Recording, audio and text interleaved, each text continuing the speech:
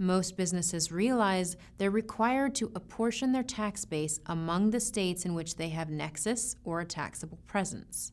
Arthur Rosen explains what happens is almost every state emphasizes, or gives extra weight to, the sales factor.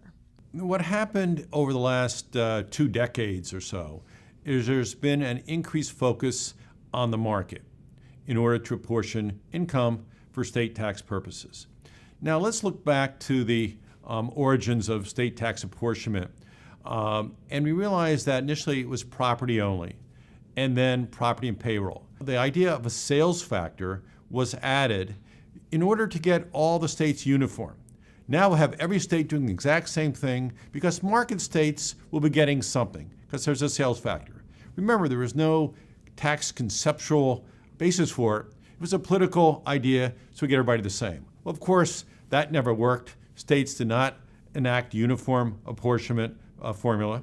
And so we had deviations. And then we have states looking at economic development policy as more important than tax policy.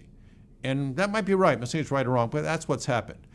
And if a legislative body or an executive branch looks at economic development first, and most important, then they say that, aha, we don't want to discourage businesses from expanding in our jurisdiction. We want to create jobs. Therefore, we should not increase the tax based on the payroll or the property they have in our jurisdiction.